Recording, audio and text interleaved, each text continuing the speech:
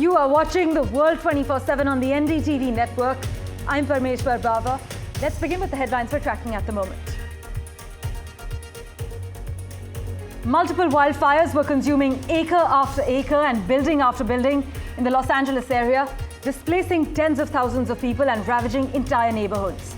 Many were fleeing by car and on foot as flames engulfed homes and set entire hillsides ablaze.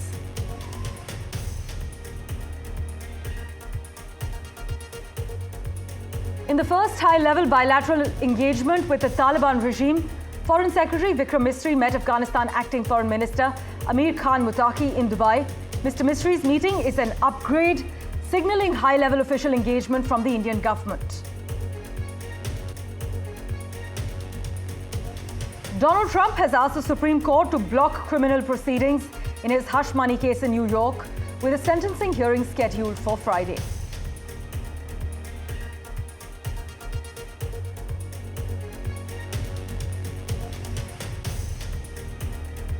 According to a Bloomberg report, the Biden administration plans one additional round of restrictions on the export of artificial intelligence chips from the likes of Nvidia.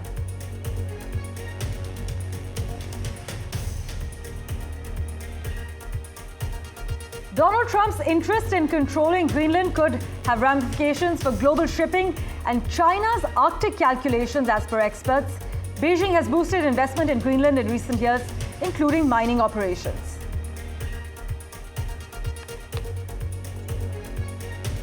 The United Kingdom is braced for an icy blast, with temperatures set to plummet as low as minus 16 degrees Celsius as a fresh amber snow warning has been issued.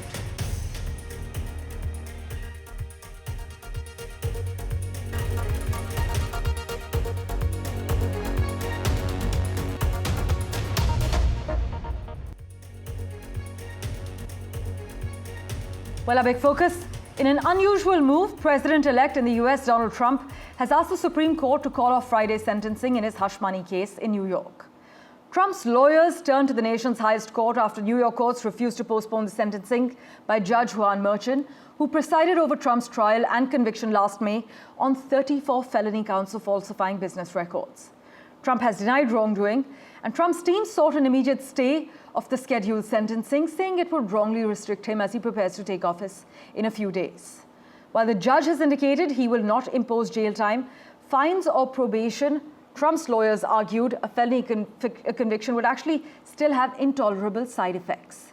Natasha Israni joins us live from New York at the moment with the latest lowdown. Natasha, what details can you disclose currently? Well, we do know that we're likely to hear from the Supreme Court as early as tomorrow, which is Thursday here, because there is the pressure to come out with this result sooner rather than later, given that the sentencing was scheduled for Friday. Now, if the Supreme Court comes out in favor of Donald Trump, then the sentencing of Friday will be delayed.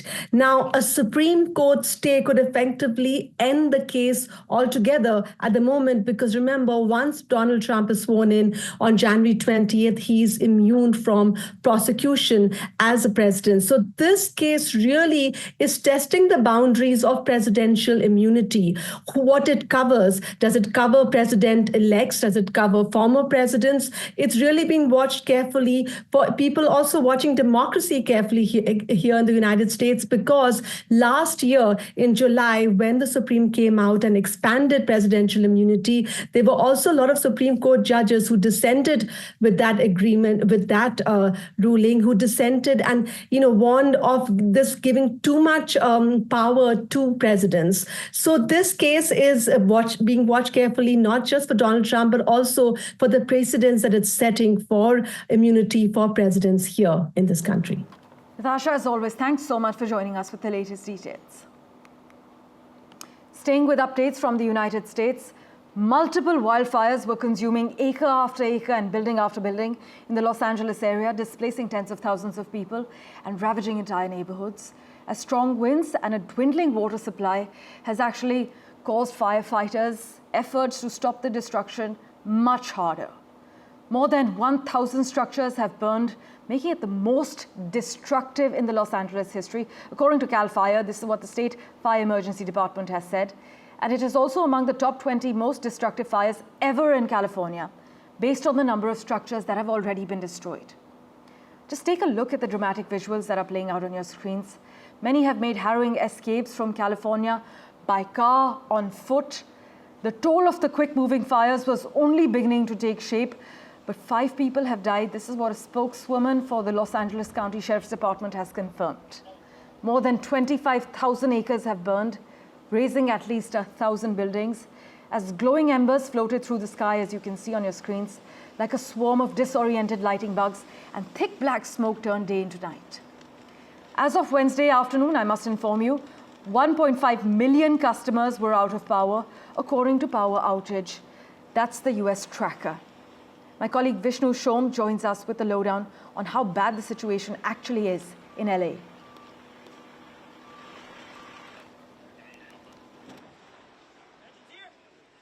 For the last 24 hours, the greater Los Angeles area has seen record fires in terms of the intensity in this area. 5 fires at least in close proximity to the center of Los Angeles itself. We've got fires at Palisades, at Eaton, at Hearst, and there's a fire at Woodley as well. And there are other smaller fires as well.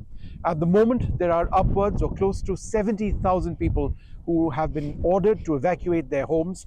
Fortunately, the loss of life at this stage has been relatively small. 5 people have lost their lives, but there is a sense that damage which has occurred as a result of these fires is very, very extensive, possibly in the billions of dollars. It's very windy, and that's a central problem over here. Behind me is downtown Los Angeles and larger parts of Los Angeles, and what you see is not a cloudy day. In fact, it's smoke from the fires that I've been talking about. And to tell me a little bit more about what I'm looking at, Vishnu Menon, my namesake, he's into private equity, quite a legend in his own right over here. We are in the Hollywood area in Beverly Hills.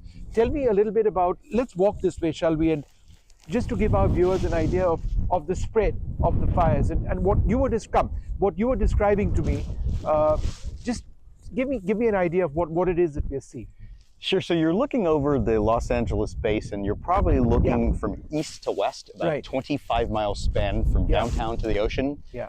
And from north to south, another 25 miles down the Palos Verdes Peninsula from the Pacific Ocean. The fires from the east are blowing out south of us over downtown, which is creating that very overcast horizon towards the southeast from here. The Palisades fires are to our west, and they're luckily blowing out towards sea.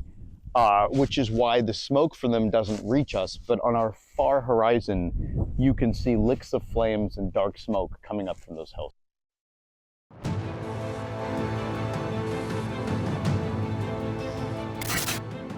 California firefighters are facing an intense battle against fast-moving wildfires ripping through Los Angeles. Homes are destroyed, roads are choked with evacuees, and emergency crews are stretched to the breaking point as the crisis deepens. Sparked by a combination of dry conditions and powerful winds, the wildfire has forced tens of thousands to flee their home as authorities claim there is no possibility of bringing the fire under control. In the frantic haste to get to safety, roadways became impassable when scores of people abandoned their vehicles and fled on foot.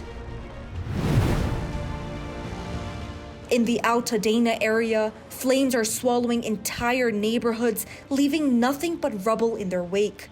And now, hundreds of thousands of residents across Los Angeles County are in the dark as power outages continue to spread. A separate inferno tore through Pacific Palisades, scorching 3,000 acres and sending up a dramatic plume of smoke visible across Los Angeles. The Eden fire has destroyed 1,000 acres, and the Hearst fire has affected about 500 acres. As the firestorm continues to rage with no containment and no end in sight, officials fear the worst is yet to come. Samia Afsar, NDTV World.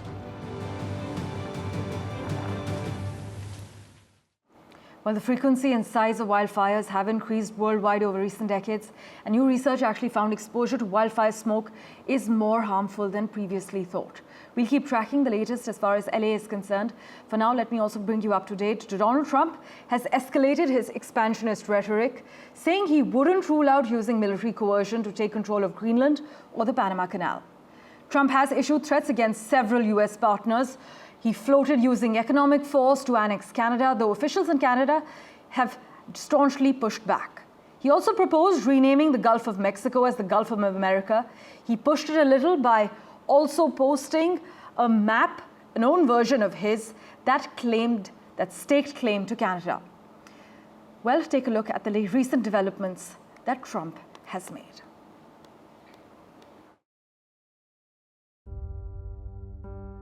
This is not the new map of the United States.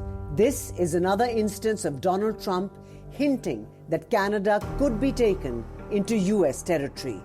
Sending shockwaves across the globe, the map shows the whole of Canada as part of the US.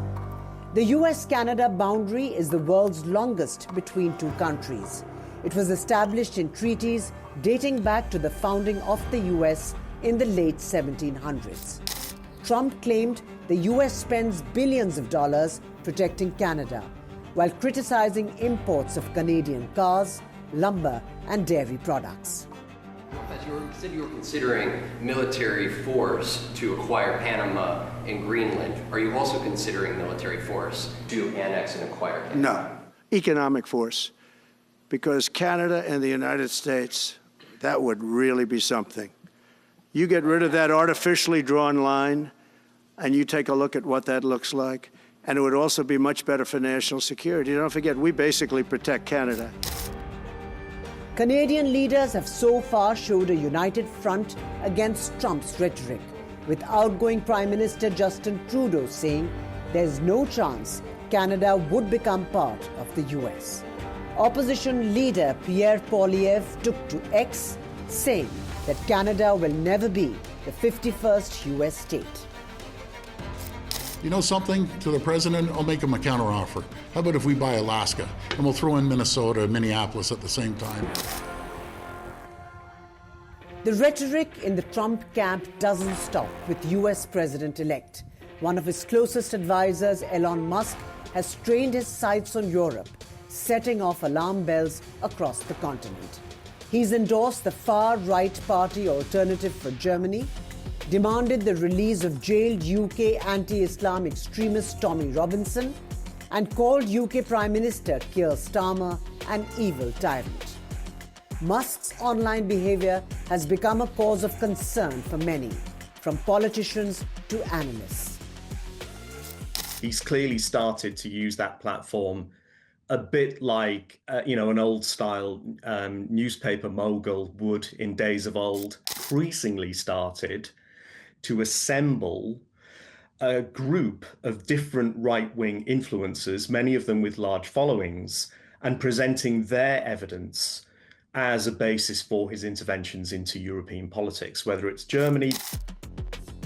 These recent statements from the Trump team have ruffled many feathers and created a lot of anxiety. Trump seems to also have his eyes on Greenland and the Panama Canal. All eyes now on the 78-year-old to what steps he would take to fulfill his extraordinary promises. With Vishal Vivek, Bureau Report, NDTV. Meanwhile, the US Justice Department has said that it intends to release Special Counsel Jack Smith's findings on Donald Trump's efforts to undo the results of the 2020 presidential election, but will keep under wraps for now. The rest of the report focused on the president-elect's hoarding of classified documents at his Mar-a-Lago estate. The revelation was made in a filing to a federal appeals court that was considering a defense request to block the release of the two-volume report, while charges remain pending against two Trump co-defendants in the Florida case accusing the Republican former president and current president-elect of illegally holding classified documents. And according to a new Bloomberg report, President Joe Biden's administration plans one additional round of restrictions on the export of artificial intelligence chips from the likes of India just days before leaving office. This is what a final push in his effort to keep advanced technologies out of the hands of China and Russia actually looks like. The US wants to curb the sale of AI chips used in data centers on both a country and company basis, with the goal of concentrating AI development in friendly nations and getting businesses around the world to actually align with American standards.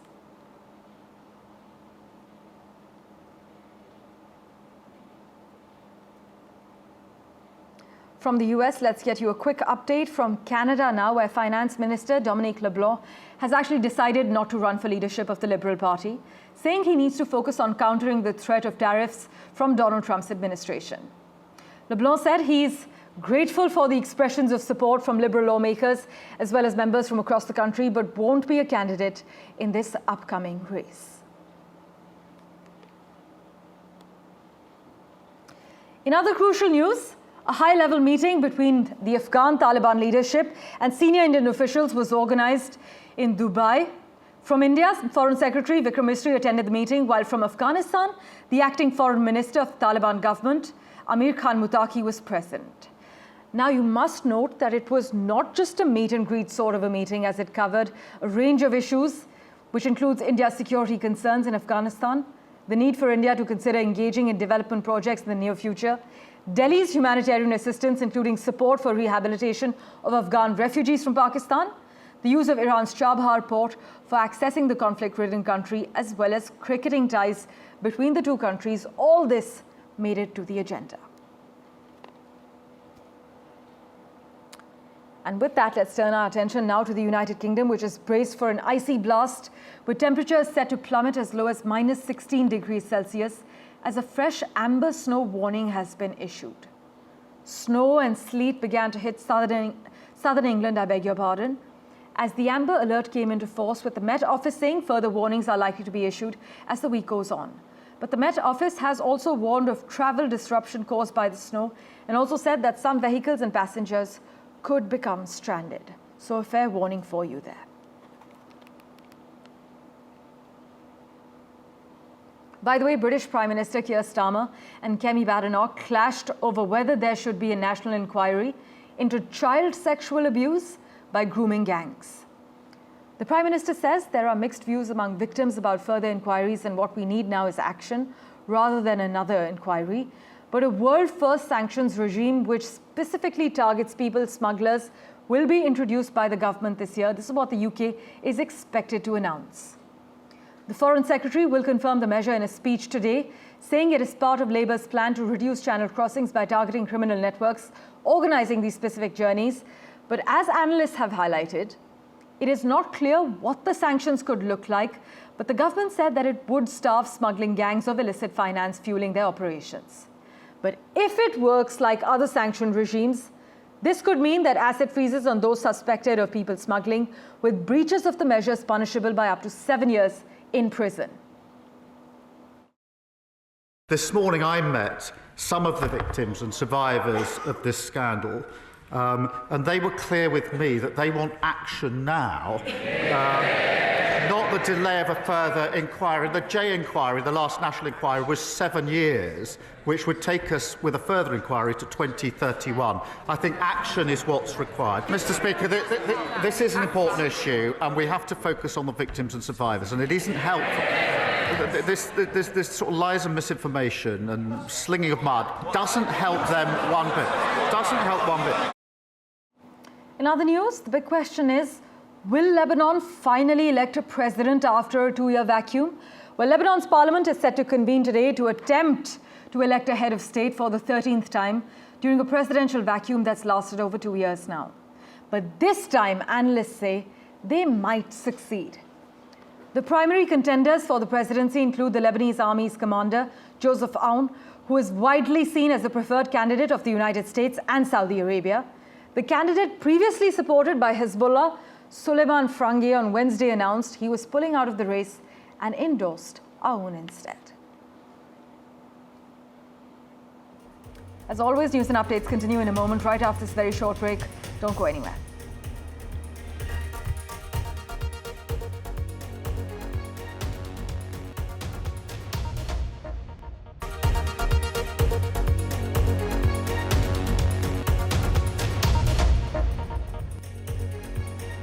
Well, the 18th Pravasi Bharatiya Divas in Bhubaneswar kick-started with around 6,000 non-resident Indians, including business leaders, economists, philosophers from 75 countries. They've gathered to celebrate and strengthen its relationship with the global Indian community. Here's a sneak peek for you.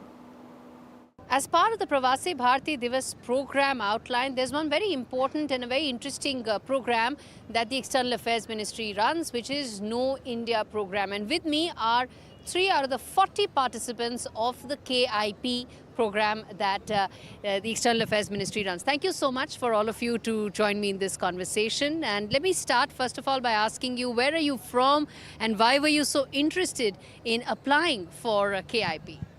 So I'm from South Africa, and why I applied to the KIP is I'm proudly South African, but I've always wanted to learn more about my Indian heritage. And I found out about this program and took the opportunity to apply, and I had to write a motivational letter, and I'm so grateful to be here, so blessed. It's just rich with culture. And I think for us, not knowing Hindi, not knowing our mother tongue, getting to learn, see, like step onto our Indian soil, it's something you can't explain. It's just incredible. Wonderful feeling, incredible feeling. How do you express this and what has been your thoughts ever since you've come? I think, as she said, it's just like getting to know the culture, embracing all of it. And again, coming to India has been a dream of mine. So thanks to Know India program, it has been successful. And what motivated you to apply for this? I just love my culture. I love my Indian culture, and I just wanted to come and have the feel of India itself. Yeah. And would you then, recommend this to your friends, family, other people? Yes, of course. 100%. What about you? What motivated you to apply for this? And are you also from South Africa? No, I'm from Mauritius Island in the south of the Indian Ocean. Yes. And what motivated me is that I wanted to know more about the Indian culture. That is, our ancestors came from India, and I wanted to explore the culture here in India, the food, the people, everything about India. And so what all have you learned so far? What all have you been exposed to so far? So far, we've been exposed to a lot of historical sites. We've been to the Gandhi Museum, which was, I think, knowing that Gandhi was also in South Africa, for us, that was very close. It was very eye-opening to see what he went through and his journey. Well, thank you for investing your time and watching this edition of The World 24/7. As always, we'll keep tracking the latest updates for you. Do stay tuned.